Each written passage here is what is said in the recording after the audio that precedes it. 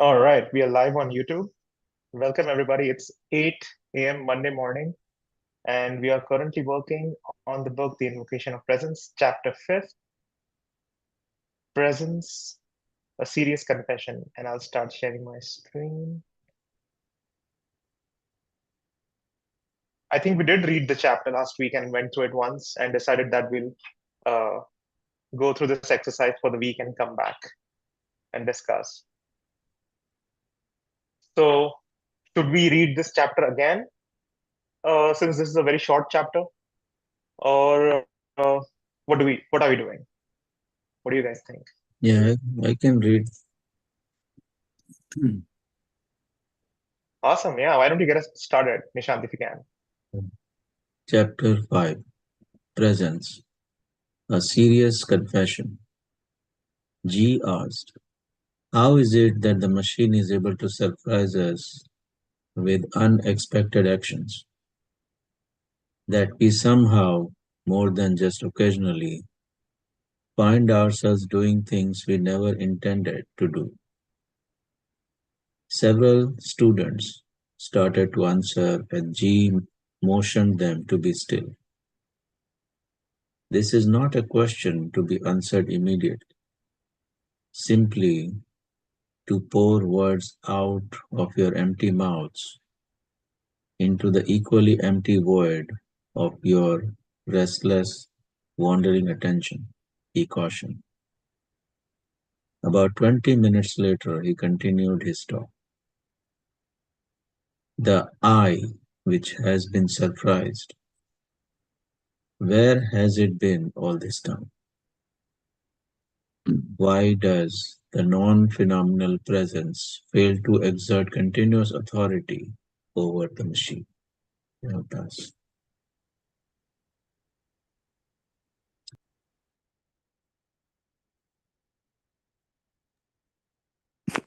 Why is the machine able to initiate foul deeds far from our highest intentions and strongest vows, appalling and even devastating in their totality of personal and impersonal effects without our knowledge or consent?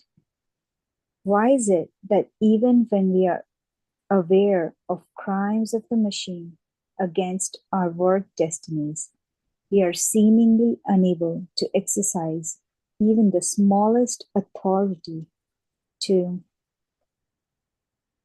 make the machine obey our supposedly conscious intentions? A question could be used as an exercise by the group. In what ways exactly have your machines surprised you against your higher intentions?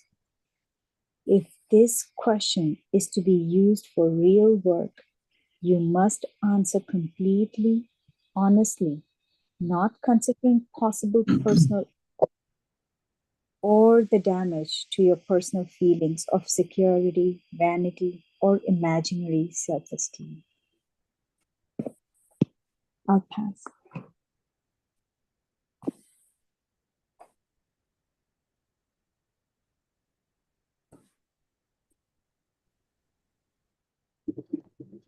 I can continue.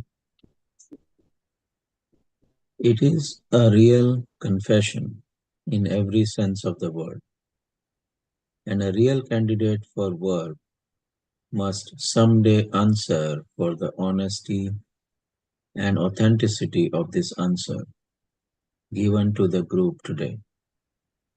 We can lose any serious hope of candidacy for the work by a failure to answer this call for solemn confession. Lies, omissions, or refusal to answer are serious self crimes, as serious for the candidate as if I refuse to answer a question asked with necessity. We must never be too busy, too lazy, or unwilling to answer a real question.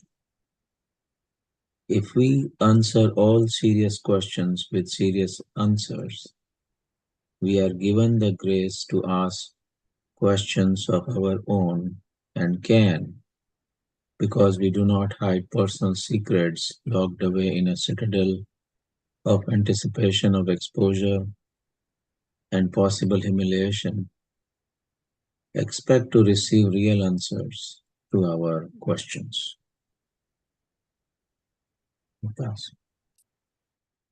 The group, under his direct supervision, proceeded to assemble possible categories in which answers to this question might fall.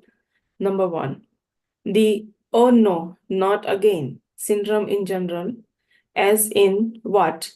Don't tell me I'm doing this again.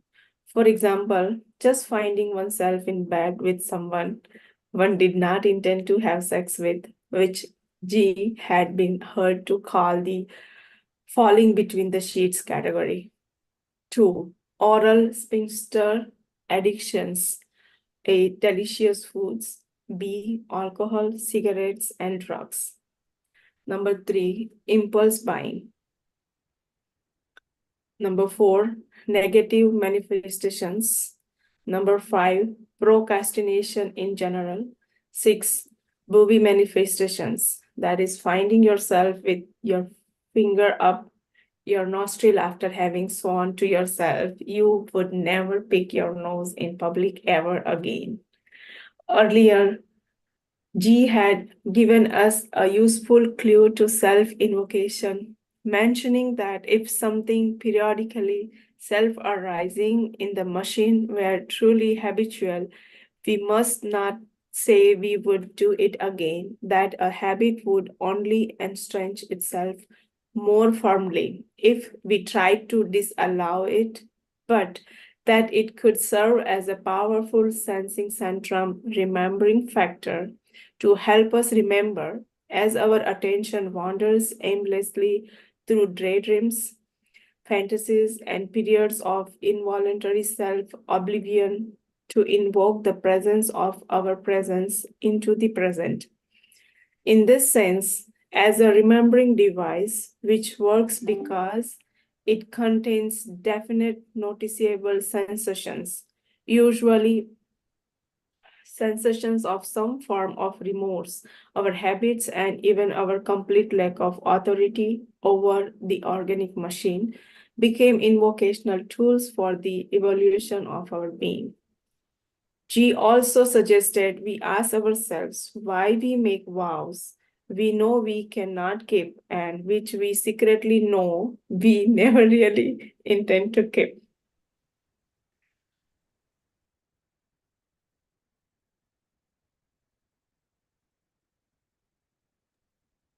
And that's the end of the chapter here.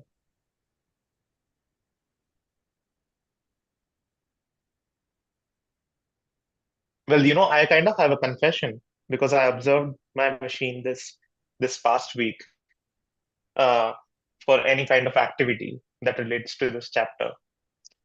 Uh, I am living on campus here at Boulder, and I have a roommate that I'm sharing an apartment with, and we share the living room and the kitchen.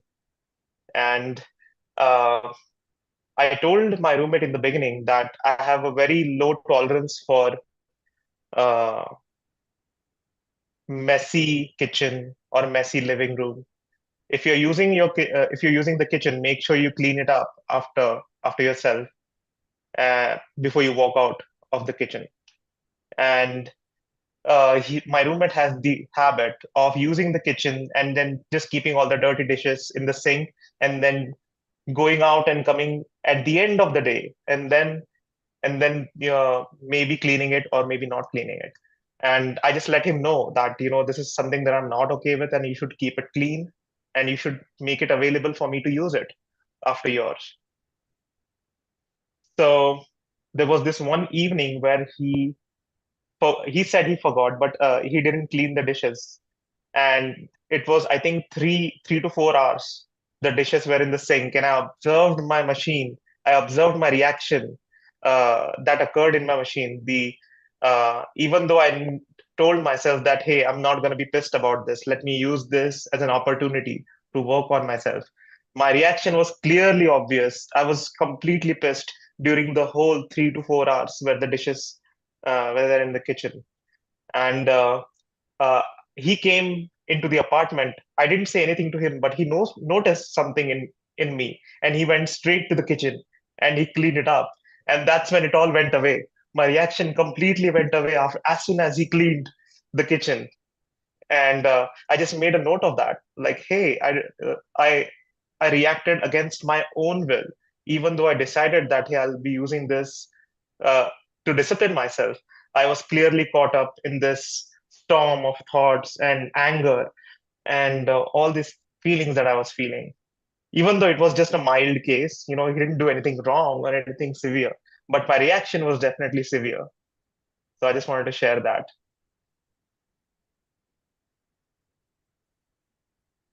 What was your reaction? Well, I was angry. I was, uh, and there was angst,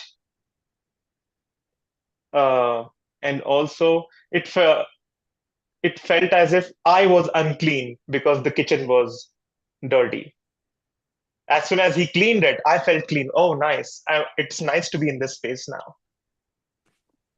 Did you feel that moment from anger to that feeling of feeling nice? Like, did you sense Yes, that yes. change happen?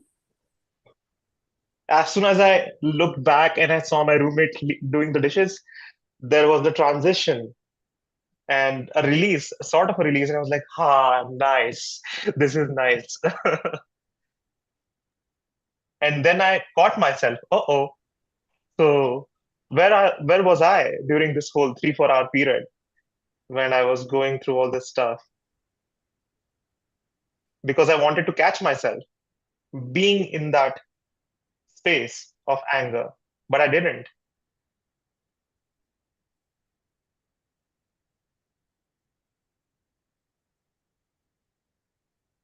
So what was the machine habit that occurred? Reaction. That's a generality. My machine. It's a total generality.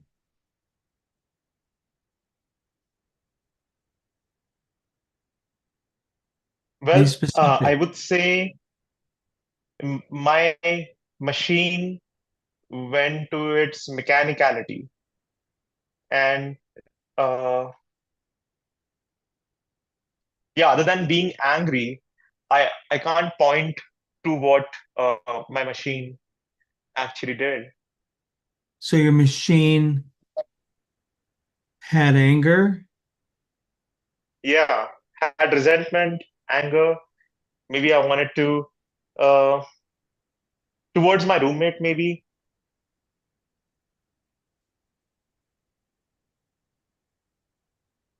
What were the reactions in the anger? Like, what was happening? Was there a certain body movement that was happening, or was there a certain change in your temperament? Like, what was really happening there? So the one thing that was clearly visible to me were my thoughts and the thoughts that I was having during those times. Hey, my roommate this, my roommate that, he doesn't clean, he doesn't do this, do that, and all that stuff. Even though my roommate is uh, very easy to work with.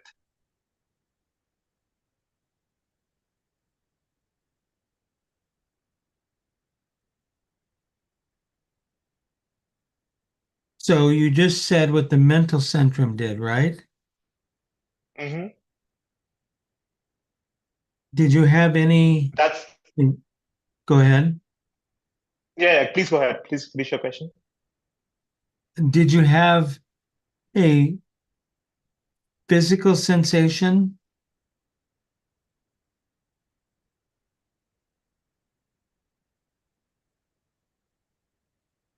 Mm, well, I would say I was very twitchy. Mm, Twitchy? yeah, twitchy. Very impulsive, I guess. Uh, Twitchy.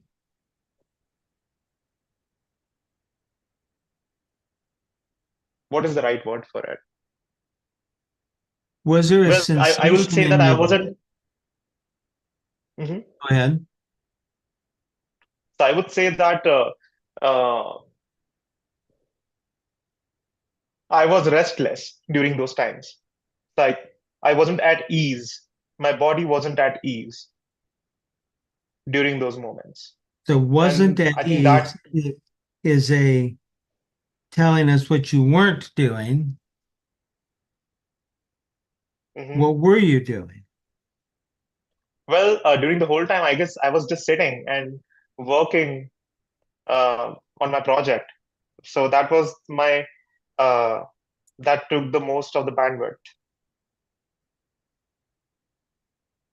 And now that I'm recalling it, I realize that most of my memories are mental centrum based, Yeah. and I paid very little attention to physical sensations, which now that I've point out, I'll make a note of that, and the next time it happens, I'll try to I'll try to be present and observe the physical sensations that occurs. Yeah. Well, I would say that they went hand in hand. Whenever I experienced some mental centrum manifestation, there must have been some physical manifestation along with it. But my focus was clearly on my thought process. I hope that makes sense. Well, does it make sense to you? It does to me, yeah. Then it makes sense.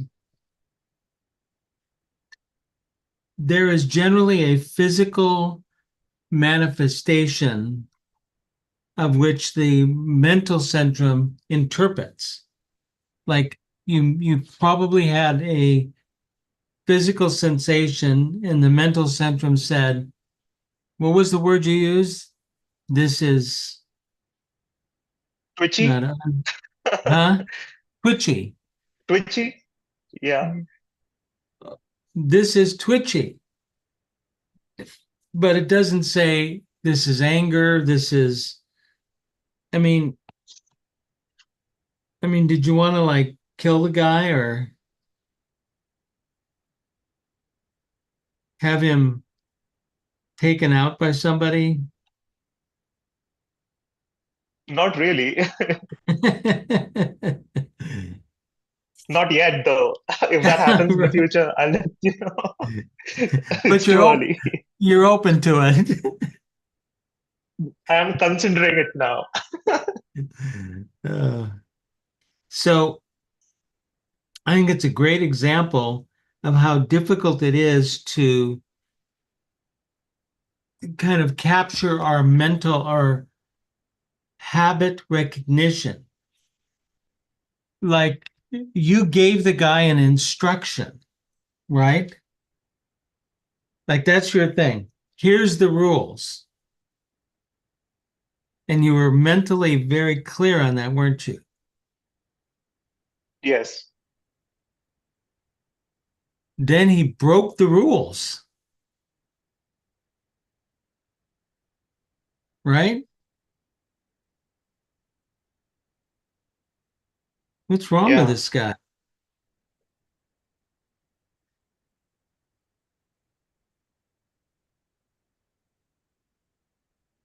We talk about blessings, like why did you get this guy as a roommate?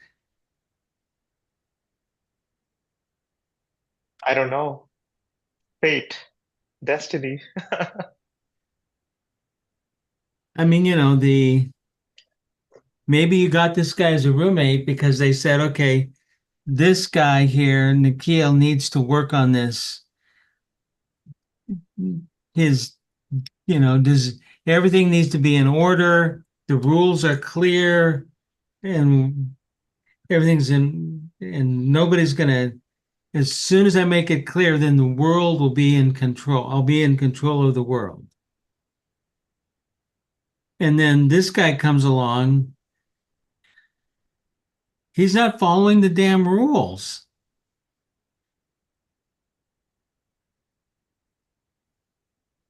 Yeah.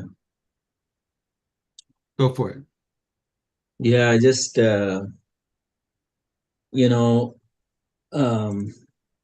couple things. I mean, no, don't mean in any other way, but my dad, he has passed now, but his favorite sentence was, and he was Hindi speaking, that कायदे से उसको ये करना चाहिए था. What it means is, by the rules of the society, that guy was supposed to behave like this, and he or she did not. Right. And that was his favorite sentence. And I always wondered, how did he come up with all these rules, in quote unquote rules, in his own mind, that this is how it was supposed to be. And he would always repeat this, कायदे से उसको ये करना चाहिए था. And when I was with Rajan, I asked him, I said, why is this, when we say all phenomena is illusion, but why is it so strong? Like, why is this a very thick layer of illusion? What He said, in particular is a thick layer of illusion? the phenomenal. Why, Yeah. when we keep repeating, all phenomena is illusion, but we still fall into that.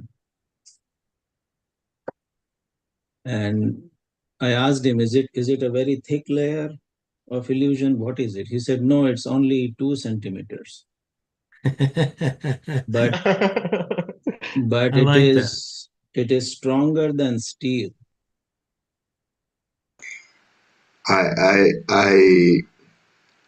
I should say that comes to my mind.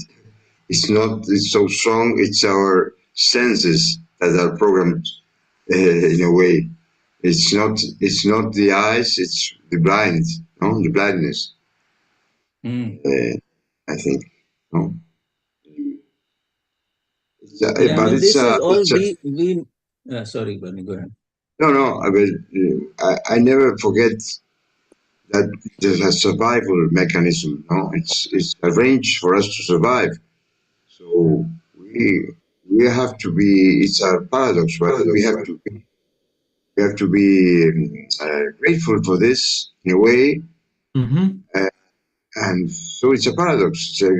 We have to fight it in a way, or I don't know. It's the word fighting, no, but we have to understand that it's a survival mechanism that is excellent for survival, but it has limitations. There is a saying, I don't know, David, maybe you can help me. When a child is born, an angel comes to the earth to blind him, no? Because I think it's a Jewish thing, no? Have you heard it from it? Anyone? I have not. Well, The principle is very good. It's very excellent what you're saying, though. So that's it.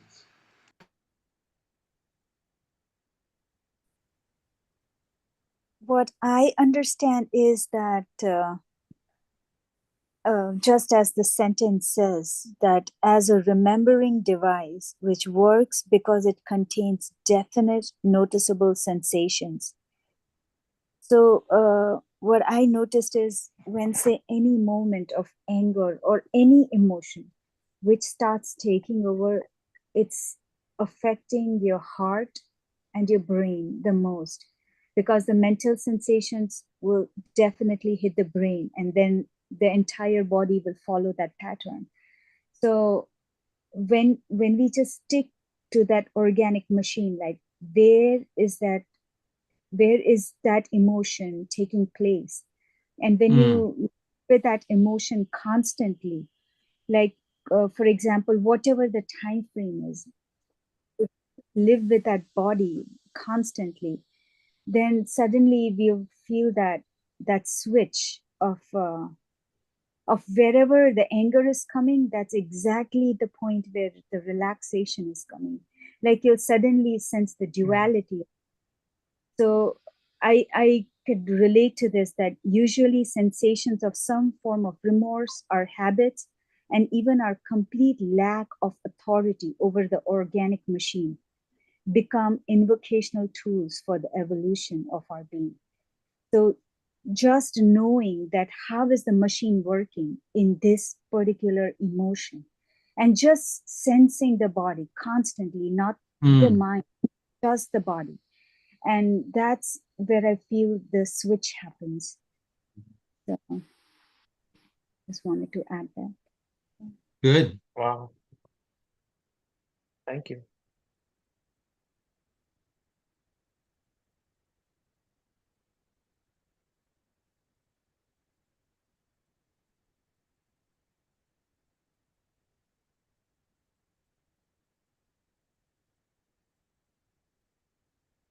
Yeah, one thing that was clearly visible to me was the total lack of authority over my, uh,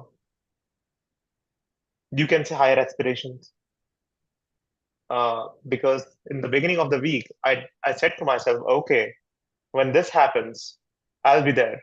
I'll I'll keep a tab on myself and I'll make sure that I don't react the way that I usually do, and I'll use this for my work. And clearly, that's not the way how it turned out. And there was remorse at the end of it, and I was like, oh, I decided to do this, but here was my machine trying to do things the other way Right. around, and So who? and that tells me how powerful the will of the machine is. Go So ahead. then who you said will not do that? Could you repeat your question? I didn't hear you. When you said I decided, who was the I who decided to do this or not do that? Well, I guess one of the many eyes, uh, but I would say the essential self.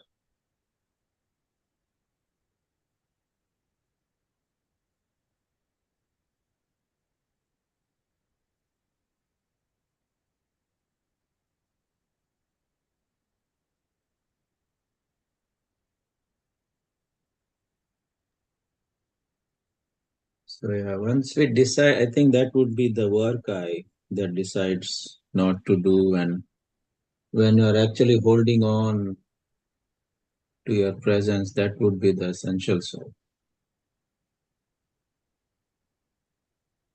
But what was the chapter where it said something about the Holy Ghost? Remember that? Was that the last chapter? Catalyst. The catalyst?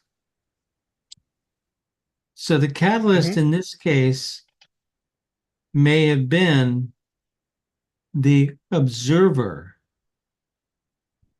the something said, you noticed that you weren't acting, that it was there, right? What was that was noticing?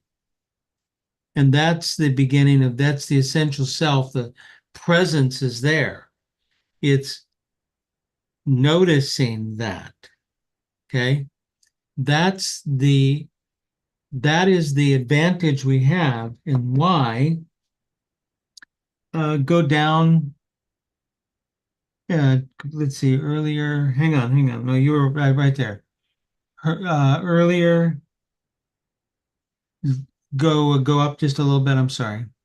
Right there. Earlier, G had given us a useful clue to self-invocation, mentioning that if something periodically self-arises in the machine were truly habitual,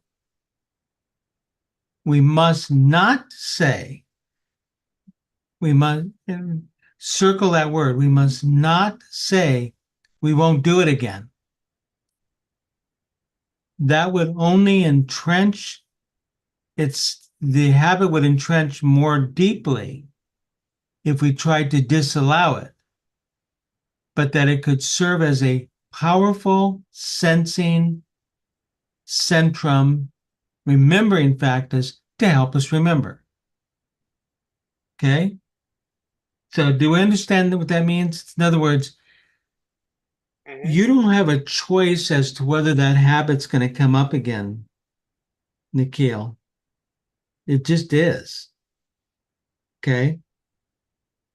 Because you have a sleeping machine attached to your essential self.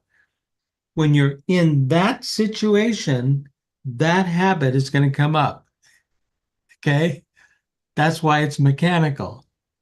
So in a sense, you should feel blessed that you were a roommate came along that doesn't wash his dishes for 4 hours. See what I mean? Yes. Yeah. Yes. That you were blessed with that. Therefore, you have a stunning opportunity. Yes. David, and I would say that we were not blessed with the habits, also the habit of the three Abrahamic religions, that we have to fight the habits, fight and fight and fight and fight sin. That is, we have been programmed by the culture to think in that ways, no? Ah, Mostly the habits that we consider them to be wrong habits, because the habits that we think are good habits don't deserve that fight, but they are habits also. So we have good like, habits, bad habits. The bad habits we have to fight and fight and fight. No, like here's a good um, habit. So if I said right now, Bernie, this is the best thing anybody's ever said. This is so powerful. It's possible that part of Bernie's machine is going, yeah, that's a habit too. Happens to be pleasant. Okay. Any I thought, habit is a mechanical habit. Go ahead, Nishan. no, sorry, go ahead. Yeah. It's just that it's we want to get rid of the habits that cause us pain or are societally unacceptable. We don't necessarily want to get into the habits where it is pleasant. Mhm. David, Nishant will accompany me with this thought I'm bringing. Last night we had a meeting with Patty, and we worked reading the hidden work, and it was a part that Nishant pointed out, and I agreed with it, because Patty asked us to point out some phrases that we read, no, and one was, but the real prayer is a technical activity, not necessarily enjoyable or understandable. With this, in my case, it helped me yes, it helped me when every day I do with Nishant and Nickel the, the ABD readings. Mm-hmm. I have to say honestly, many times I'm not there. I'm distracted. I'm Right. not there. I'm sleepy, Mm-hmm. whatever. But this is a comfort, because this phrase, we are also very programmed to to do what is enjoyable and understandable, and this kind of activity could be seen as a technical activity that neither has to be enjoyable, not has to be, neither Mm. is is obliged to be enjoyable or understandable. And that brought me some kind of relief because the thing is doing it in a way. You know, maybe it doesn't help me. Maybe it helps, you don't know, another person or the absolute or whatever. Yeah. No, but the thing that you don't need absolutely to understand something to make use of it. No, in any Good. Yeah. case, the everyday world is full of mechanism that we don't understand technically, starting from the motor car or the computer. We don't understand it, but we can use it and we can profit. So there is a point of there to at least to give some thought. No, Hmm. that's it. That's it. Thank Yes. Beautiful. you. Yeah. Especially the technical part of it, because every time I realized we want to do something is somehow coming out of an ego that you could do something, you know, like you're powerful or you're this or you're that.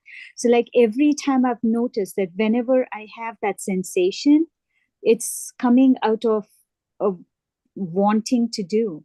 But when you just drop that, when you just be like, you know, you're neither this, you're neither that, this is how it is. Like for example, my breathing changes and this is how it is. And then there is no wanting to do, you know, because then it's just the technical aspect of seeing how the body is working. and and that's it, Nice. just the technical aspect of it, you know. So then it's not that you want to achieve something or you want to get somewhere, but just being in the state. So it doesn't matter whatever the state is. Like it could be frustration, it could be anger, it could be guilt, whatever. Like what is the feeling? What is the body feeling? That's, you know, and then nothing else matters, just the feeling, the sensation, and feeling how your body is responding in that emotion. So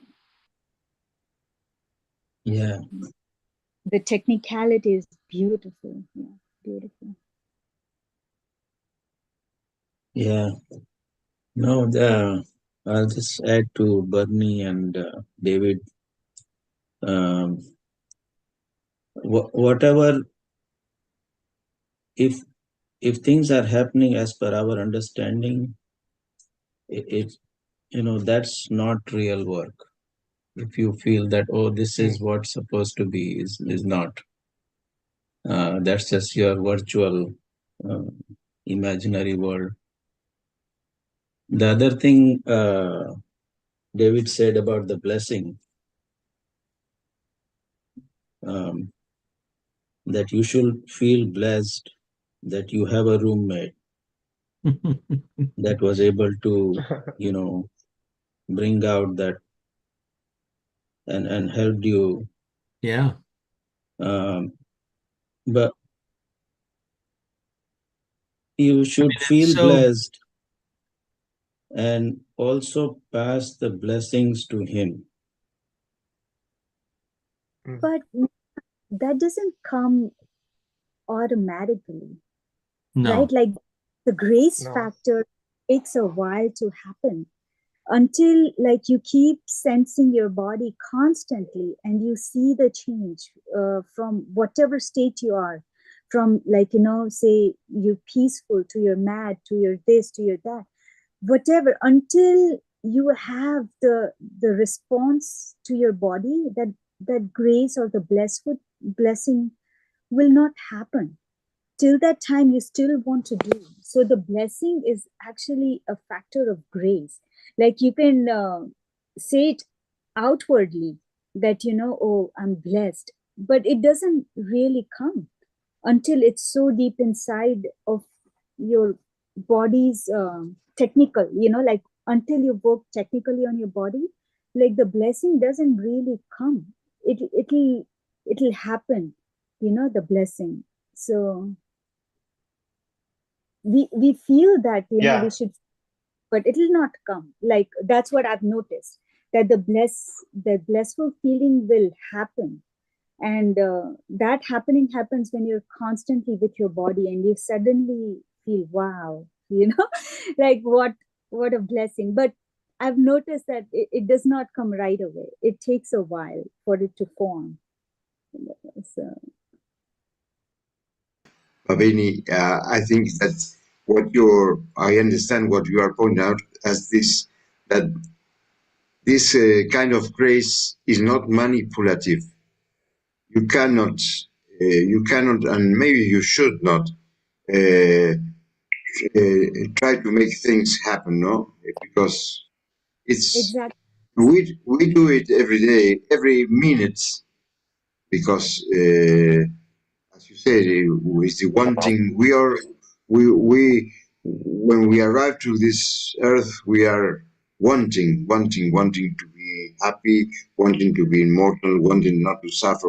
We are all wanting, but we are working in a way not to stop that, to see it, and maybe even have fun with it, because it's as I constantly remind myself, it's a device made for our survival, and Yeah. it's up to change it. And to change it, we have to know first how it works, how the mechanism works, because it's like trying to change the program of a computer. First, you have to be a very wizard of a machine, no? Yeah. Anyway, but I try to remember we are constantly trying to make things happen the way we want to happen. So from time, I try to remember that what happens is the good thing. No? What is happening is what is happening. No, not what I want to happen. And Yeah. one more thing, Mm. the effort we are making, it's a comforting, maybe too comforting um, uh, way of seeing this type of thing. But the Yeah. effort never loses Yeah. itself. Uh, So again, what we feel the frustration of the effort is again when the results of these efforts are not what we wanted them to be. But Yes. the effort has been made in a way, it has been stored. We don't know where and why. But I think that frustration that we have has to do with I don't want this to go that way. You know? yeah, It's manipulating again, manipulating again. exactly. And Eh? I feel, why can't we live with that frustration? Live in that frustration, like as long as you can, like feel that frustration to the bone, Yeah. to the no, just feel it, and not to camouflage it, or very gilded approach to it, that, oh, this after it's happened, right? Like, after we felt that negative emotion, then we say, oh, what a blessing this was. Well, but you didn't notice it, in that moment. So for you, it at that point, it'll be like that. Even though it was a blessing, you failed to notice it. So the point is to just feel that emotion in its totality, like full intensity. And then, if that blessing happens, or if the grace happens, suddenly there'll be like, oh wow, what a blessing.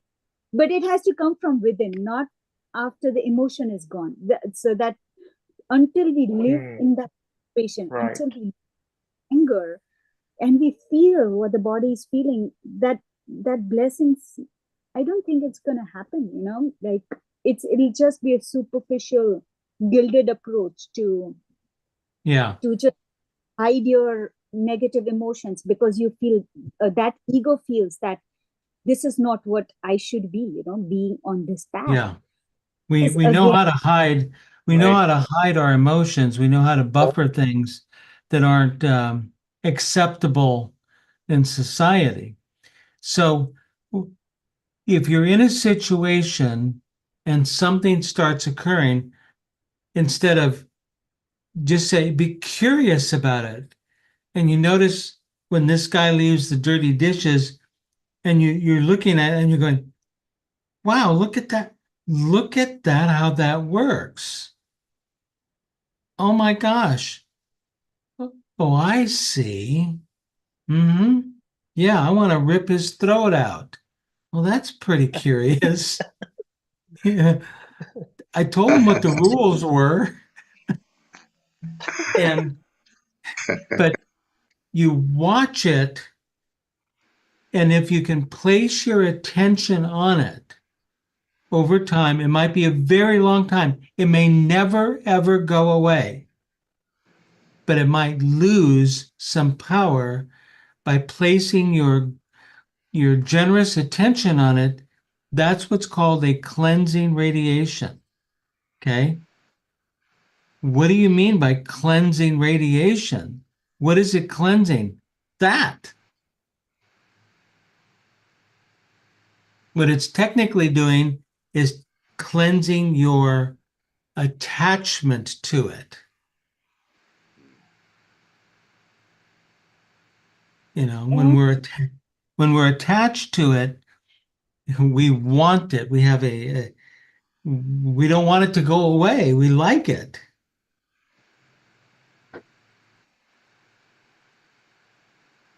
and I just wanted to add to that say the first thought that comes up, like for Nikhil, I'd like to question you that when he put the dishes, what was the very first thought when you saw the dishes? How did your body respond? What was the first thing that started that anger?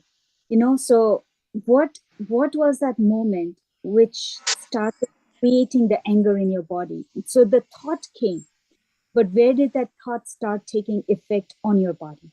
And then it started amplifying it. So that if you could catch that, that the first thought and then the first effect on your body, the moment you catch that and then you start seeing that, say the thought affected suddenly the breathing, and then you start seeing that, okay, I'm having more thoughts and I'm having more, my breathing is changing, I'm having more this and this is happening.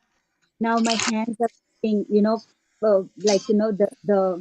the finicky sensation, right? You have, and then you suddenly, like, where that first moment where it's affecting you, and then it will keep carrying on to your body. Where is it following in your body? If you could catch that, I think that will be beautiful. Like, if he could catch that first emotion and the first thought, that's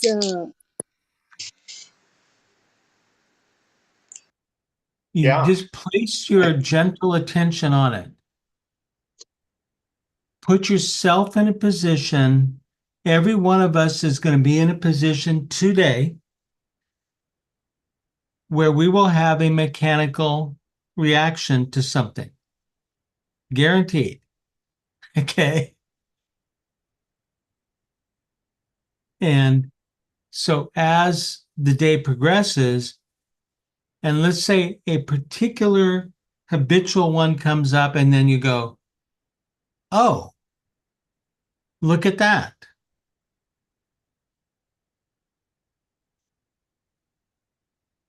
Notice, just don't change it. And I think that's what Bhavani is trying to tell us here. You don't want to change it, but you do want to notice it. Pay attention. And that's the payment that you make to get to another level. Okay. Kind of cool. Yeah, one good thing about this example is that I know that it's going to happen again at some point. in the future, maybe this Yeah. week, maybe next month, whenever. So I can use this as an opportunity, and I'll remember that I need to pay attention to the physical manifestations and be present when that happens. That so my roommate is definitely a blessing to me and on my path.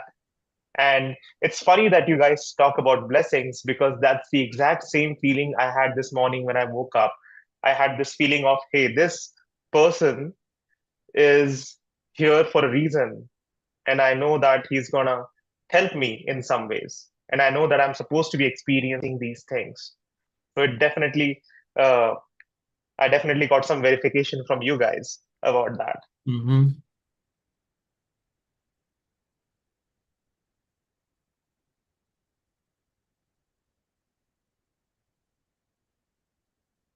Well,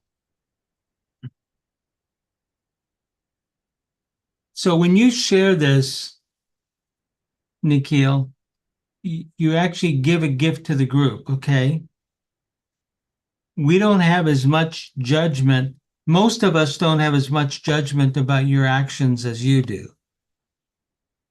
Yes. Yeah.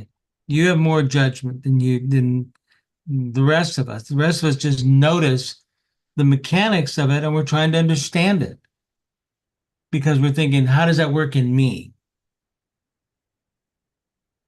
So you put yourself out there and it gives a chance.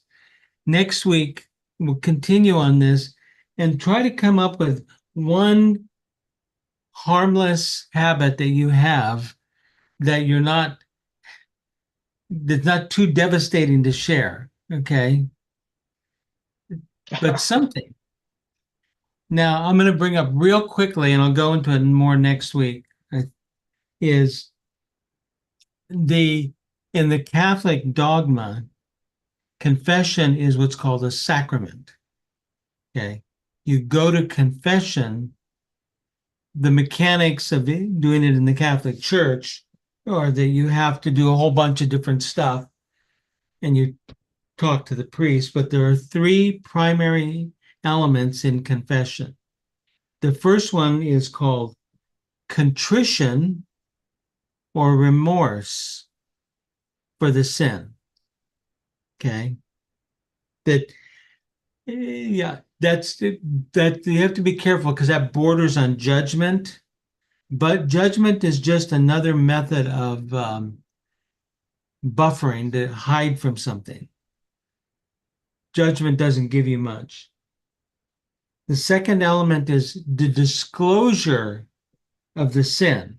In the Catholic Church, they say, confess to the priest. But there's an element of disclosing it that gets it outside of your personal into the objective nature of the group. Okay? Then the last part is they call it satisfaction or penance. And in the Catholic Church, what they do is the priest says, oh my God, you stole the candy bar from your sister. So you have to go say 10 Hail Marys and 4 Our Fathers. Great. And that takes care of it, right? Well, it doesn't. So in our context, though the Catholic Church calls it penance, a payment for your sin, what would be a form of penance that's in harmony with our group, the kind of work we're doing here? Okay. So we can. Does anybody need any excuses for why you're not going to do it next week? I've got a whole bunch of excuses here in case you need one. Send it to me, David. I know I'm going to be. Go ahead, Michelle. Disclosure, what is it again? Disclosure. That's when you speak it, you say it. So you don't hide it. Mhm. Yeah, but there's one thing about not hiding it to yourself and another thing about sharing it to somebody else. Even if it's just your cat. it's an interesting theme that you brought, David. Very, very interesting because the religion and the police and many other psychology and psychiatrists, all the theme of confession. Very interesting to work on it and see it because it's a very human. I think only humans share that condition. No, it's a condition. So I I I would like next week to explore it. It's very interesting, at least in my view. Thank you for being. Yeah. Okay. Yeah, let's see what people come up with next week. I look forward to hearing some of that. Yeah. All right, well. I'm going to let you know that because I probably won't share, but it's because I forgot or I haven't had time. Okay. Come on. Or I didn't know you meant today. And David, yes, sir. again, David, you made it again. Oh. The one I like is well, there's also I didn't think it was that important. I thought it was better to wait than to do it wrong. That's a good one. Actually, that's a very good one. That's a very good one. I'll make a note of that. It's gonna help me sometime in the future. So you really have a list then, David, because you were reading from a list. Yes, journalist. That's, thank you guys. Well, thank you. Good seeing Thank you guys for everybody. coming in. Let's meet next Monday.